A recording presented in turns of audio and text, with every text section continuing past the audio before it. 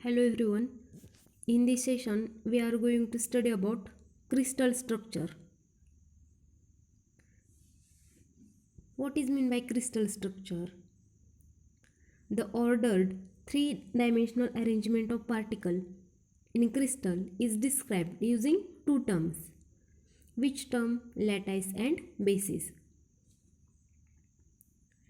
Crystal स्ट्रक्चरमध्ये जे 3 dimensional arrangement असते पार्टिकल्सची ते आपल्याला स्टडी करायचे आहेत आणि ते अरेंजमेंट आहे ते कशाने डिनोट केलेले असते, कोणत्या दोन टर्म्सने डिनोट केले असते, तर त्यातील फर्स्ट टर्म आहे lattice. So let's see what is mean by lattice.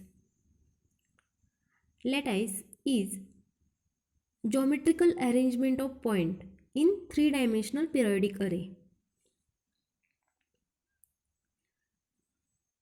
पॉईंटचे अरेंजमेंट कशी केलेली आहे तर 3 डायमेन्शनल पिरियडिक अरे. See here structure of lattice. For example आपण एखादी रांगोळी काढताना, टिपक्याची रांगोळी काढताना अगोदर टिपके मांडून घेतो आणि मग ते एकमेकांना अटॅच करतो किंवा जॉईन करतो.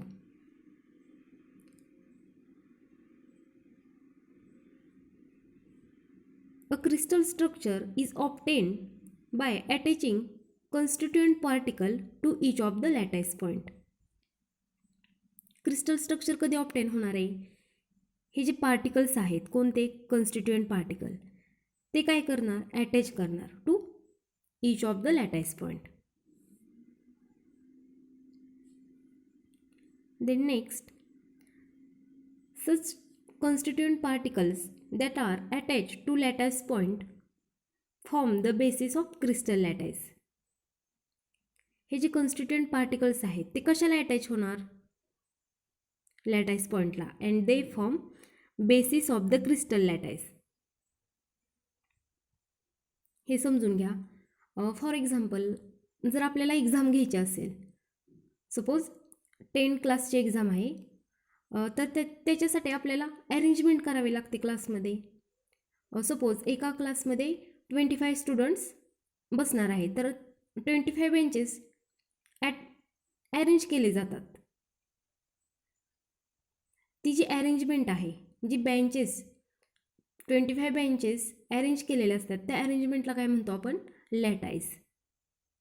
जेव्हा पेपरचा टायमिंग होतो तेव्हा मुलं एंट्री करणार आहेत हॉलमध्ये आणि ते काय करणार आहेत? आपापल्या रोल नंबर वाईज सीट करणार आहेत बेंचवरती. जे स्टुडंट्स आहेत ते बेंचवरती सीट केले म्हणजे this is the basis. Lattice means bench arrangement.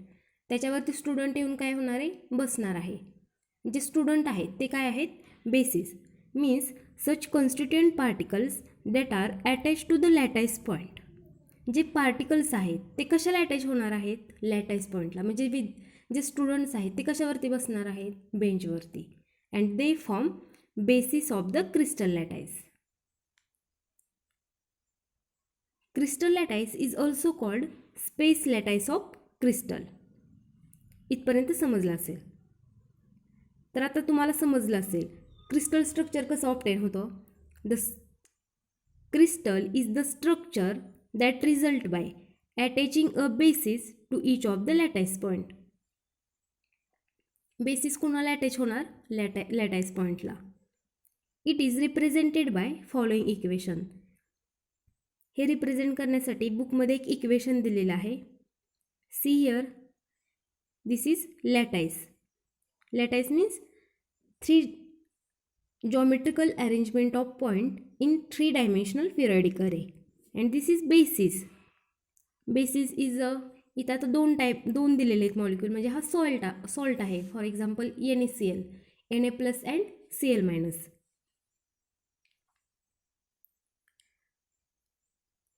The particles, the constituent particles attach to the lattice point and formation of basis of crystal lattice. हे जे lattice आहेत आणि बेसिस ते एकमेकांना अटॅच होऊन त्याच्यापासून काय फॉर्म होणार आहे? क्रिस्टल फॉर्म होणार आहे. तर तुम्हाला या दोन टर्म समजल्या असतील. क्रिस्टल स्ट्रक्चर कशापासून ऑप्टेन होतं?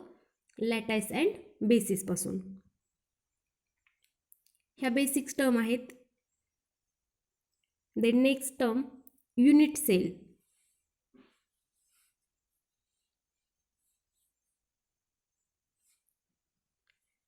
Unit cell म्हणजे काय? We know that space lattice of crystal is built up of three-dimensional basic pattern. This basic pattern is repeated in 3 dimensions to generate entire crystal.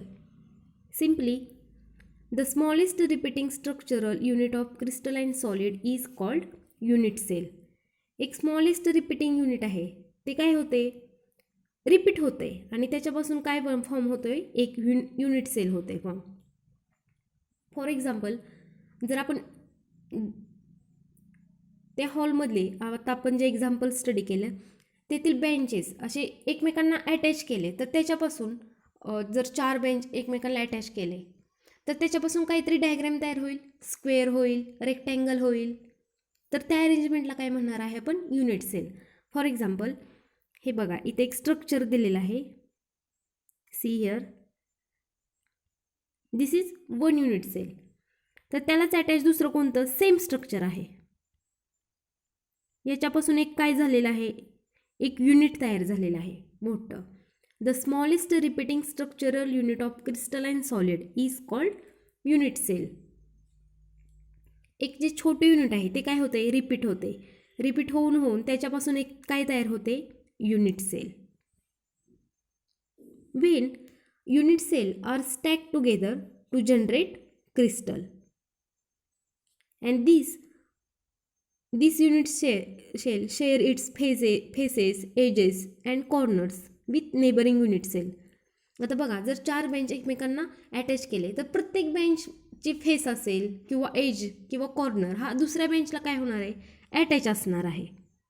It is important to understand the geometrical shape of unit cell is same as that of the microscopic crystal.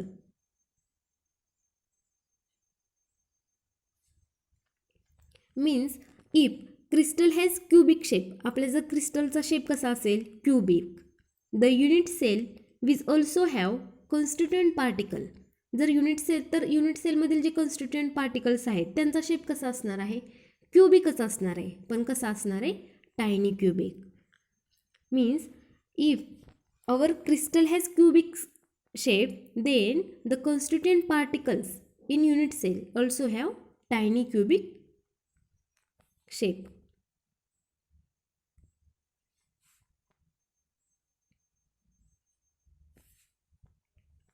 See here in this diagram, I also write diagram.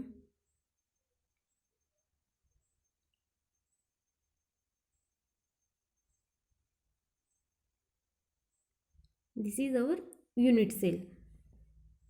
The dimension of unit cell along the 3 axes are denoted by symbol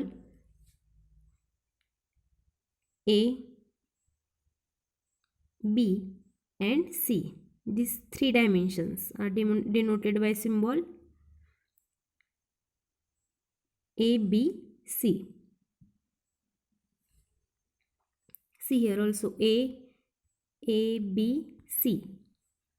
The angle between these axes are represented by symbol alpha.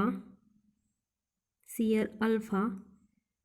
This is beta and gamma.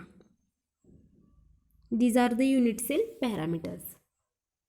I hope you understand. Then next,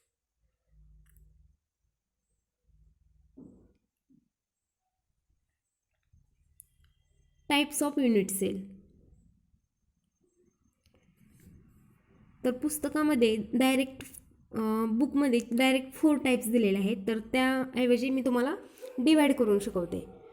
basically unit cell is divided into 2 type. First one is the primitive unit cell and second type is the non primitive unit cell. Then what is primitive unit cell म्हणजे काय असेल? In primitive unit cell, the constituent particles are present at its corner. Primitive unit सेलमध्ये जे particles आहेत ते फक्त कॉर्नर्सवरती present असतील primitive unit cell. Non primitive म्हणजे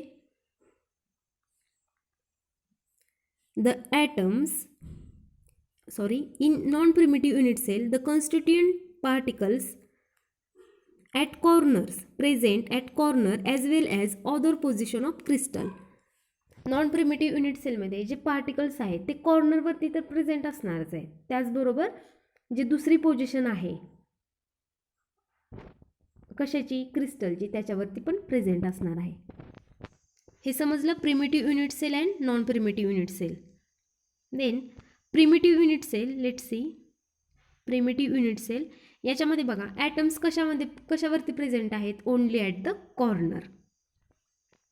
फॉर एक्झाम्पल याचं simple cubic unit cell. See here the particles present at only corner.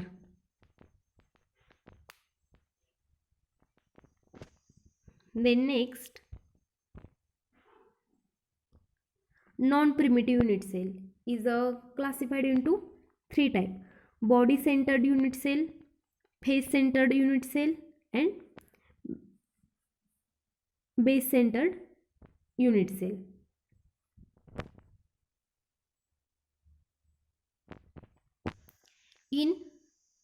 Let's see one by one. First we see body centered unit cell. In this type of unit cell, one constituent particle is present at the center of its body. याच्यामध्ये जो particles आहे तो कशामध्ये present असणार आहे, centre of the body. See here this is centre and also present at the corner of the unit cell. तर body centred unit सेलमध्ये जो पार्टिकल्स आहे तो एक सेंटरच्या बॉडीच्या सेंटरला प्रेझेंट असणार आहेत आणि अदर पार्टिकल्स कुठे, कॉर्नरला प्रेझेंट असणार आहेत. फर्स्ट टाईप समजला असेल. Then next face centred unit cell. In this unit cell the particles at the centre of each phases.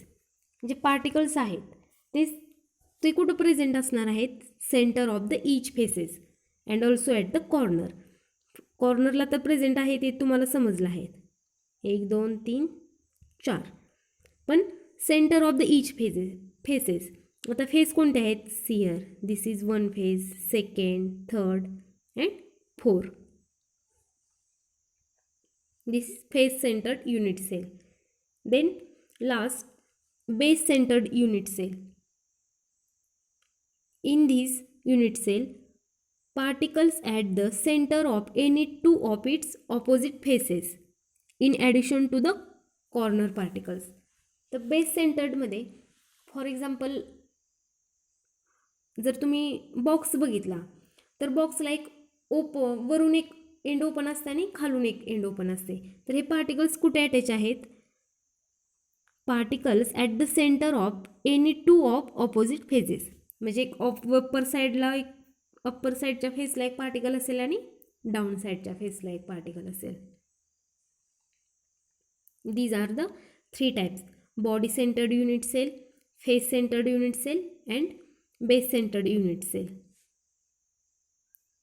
In these 3 types, particles present at the corner as well as other position of the crystal. तर त्याचे position सांगितलेले आहेत. Body सेंटर्डमध्ये centre of the body particles असतात. Face सेंटर्डमध्ये centre of the each faces and in base centred unit cell particles at the center of any two opposite faces. These are the types of unit cell. I hope you understand.